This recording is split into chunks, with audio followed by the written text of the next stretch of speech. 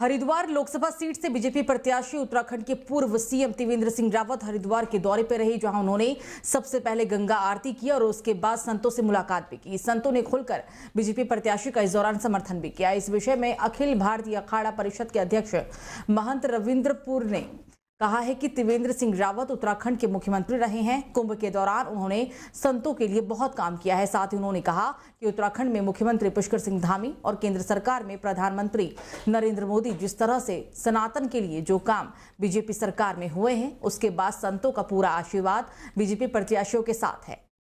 अगर हमें भारत को विकसित राष्ट्र बनाना है तो प्रधानमंत्री नरेंद्र मोदी को तीसरी बार देश का प्रधानमंत्री चुनना होगा। बीजेपी प्रत्याशी त्रिवेंद्र सिंह रावत का समर्थन करते हुए निरंजनी अखाड़े के सचिव महंत रामरतन गिरी ने कहा कि त्रिवेंद्र सिंह रावत मुख्यमंत्री थे, तब से ही उनके ऊपर संतों का आशीर्वाद रहा है और अब जब बीजेपी ने उन्हें हरिद्वार लोकसभा सीट से प्रत्याशी घोषित किया है, तब भी संतों का पूरा आशीर्वाद उनके साथ है और उन्हें विश्वास है कि त्रिवेंद्र सिंह रावत रिकॉर्ड मतों से अपनी जीत हासिल करेंगे।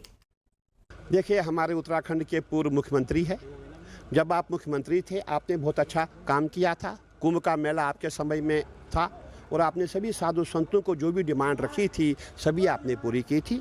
और इस समय हमारे जो माननीय मुख्यमंत्री जी है, उन्होंने हमारे उत्तराखंड में इतना विकास किया है कि जितने भी उत्तराखंड के वासी हैं, आपने देखा होगा कांग्रेस के विधायक भी कांग्रेस छोड़ के भाजपा में आ रहे हैं और जितने भी यहाँ के वासी हैं, सभी भारतीय जनता पार्टी को प्रेम करते हैं और माननीय प्रधानमंत्री जी को प्रेम करते हैं। क्यों? उन्होंने, आपने देखा होगा, हमारे पीएमओ से पूरी निगाह जो है केदारनाथ पे रही थी और जब भी यहाँ कोई आवश्यकता पड़ी, माननीय प्रधानमंत्री जी ने अपने संज्ञान में लिया। इसीलिए पूरा उत्तराखंड का जितने भी हम लोग हैं, जितने वासी हैं, सभी माननीय प्रधानमंत्री जी से प्रेम करते हैं और एक ही नारा हमारा है, इस बार 400 पार। और हमारे जो इस समय पूर्व मुख्यमंत्री जी है, जो संसद की टिकट लेकर के आए हैं, वो इस बार जो है जीत जाएंगे और 4-5 लाख वोटों से ज़्यादा वो निकल जाएंगे और पूरा सनातन, पूरा साधु समाज, पूरा संत समाज, पूरा भक्तगण, जितना भी पूरा उत्तराखंड के वासी है, सभी जो है भारतीय जनता पार्टी को वोट देंगे और भाजपा जो है 400 पार चली जाएगी। कांग्रेस हमारा तो आशीर्वाद जब वो सीएम थे, जब से ही है और अब ये आए, क्या नाम है, सांसद के लिए, तो हमारा तो आशीर्वाद है और अच्छे वोटों से जीतेंगे। तो नहीं आएंगे तो देखो, संत तो सभी को आशीर्वाद देते हैं, लेकिन आप जानते ही हो इस समय जो है अब की बार 400 पार जो है भाजपा के प्रत्याशी। नहीं, हम तो पहले से शुरू से ही हमारा तो हाँ, लेकिन ये तो जो टिकट जो कार्ड होती है उन्हीं के ऊपर रहता है। नहीं, संत जो है उनको लगे हुए। त्रिवेंद्र सिंह रावत का कार्यकाल अच्छा कार्यकाल रहा उनका। बिल्कुल आशीर्वाद होना चाहिए, क्योंकि जो हिंदुत्व का काम करेगा, साधु संतों का पहला धर्म, पहला कर्तव्य बनता है उनको आशीर्वाद देना और उन्हें विजय बनाना। लेकिन आशीर्वाद मिलेगा नहीं मिलेगा? नहीं, एक आशीर्वाद तो धार्मिक आशीर्वाद होता है, पर शायद हम उनका समर्थन नहीं कर पाएंगे हिंदुत्व के मामले में।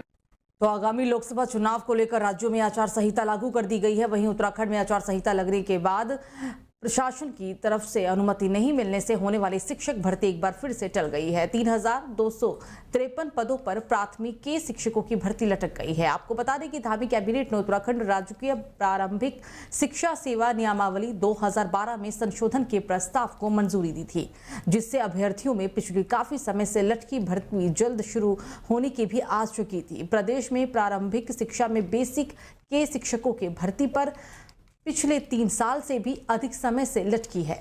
शिक्षा विभाग ने साल 2020 और 2021 में सहायक अध्यापक के 2000 से ज्यादा पदों के लिए आवेदन मांगे थे और इसी बीच विभाग में कुछ अन्य पद भी खाली हो गए। लेकिन पहले NIOS से DL एंड फिर से BEd की वजह से शिक्षकों की भर्ती की प्रक्रिया लटक रही है। तो लोकसभा चुनाव में अब बस कुछ ही हफ्तों का समय बचा है। चुनाव नजदीक आते ही सभी पार्टियों ने अपनी अपनी तैयारी भी शुरू कर दी है। कांग्रेस उत्तराखंड के हरिद्वार और नैनीताल लोकसभा सीट पर आज अपने प्रत्याशियों की घोषणा कर सकती है। दोनों सीटों पर प्रत्याशियों को लेकर खींचतान भी चल रही है। भारत जोड़ो न्याय यात्रा के समापन के बाद राहुल गांधी अब इसी कड़ी में दिल्ली लौट रहे हैं और ऐसे में ये भी कयास लगाए जा रहे हैं कि इसके बाद ही प्रत्याशी के नाम का ऐलान हो सकता है।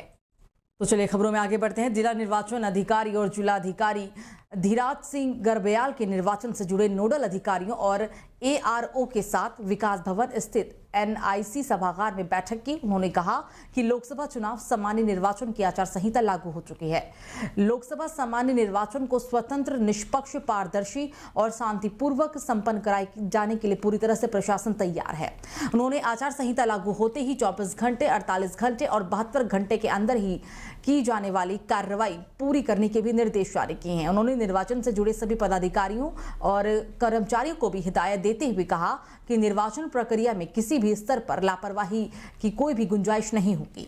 निर्वाचन प्रक्रिया में छोटी से छोटी लापरवाही बरतने वालों के खिलाफ सख्त से सख्त कार्रवाई की जाएगी। जिला निर्वाचन अधिकारी ने कहा है कि आचार संहिता लागू होने के साथ ही पूरे जिले के अंदर धारा 144 भी लागू कर दी गई है। साथ ही जिले में धारा 144 लागू होने की वजह से अब लोगों के एक साथ एक जगह इकट्ठा होने वाले कार्यक्रमों, समारोह के लिए भी संबंधित क्षेत्र के सहायक निर्वाचन अधिकारी से अनुमति लेनी होगी। आचार संहिता में कोई भी नया वित्त स्वीकृत नहीं होगा। नए टेंडर और काम भी शुरू नहीं हो पाएंगे और पुराने काम प्रभावित नहीं होंगे।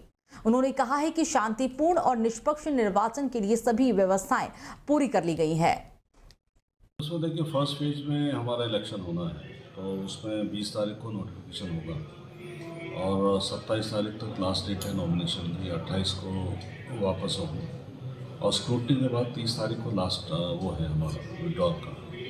तो उसके बाद हमारी प्रक्रिया शुरू हो जाती है। तो पूरे जनपद में के हिसाब से देखें या पार्लियामेंट्री कंस्टिट्यूंसी के हिसाब से देखेंगे तो 14 विधानसभाएं हमारे जिसमें आती हैं। लगभग 20 लाख के करीब वोटर्स इसमें प्रतिभाग करेंगे और हमारे जनपद में 1714 पोलिंग बूथ में लगभग 14,53,000 के करीब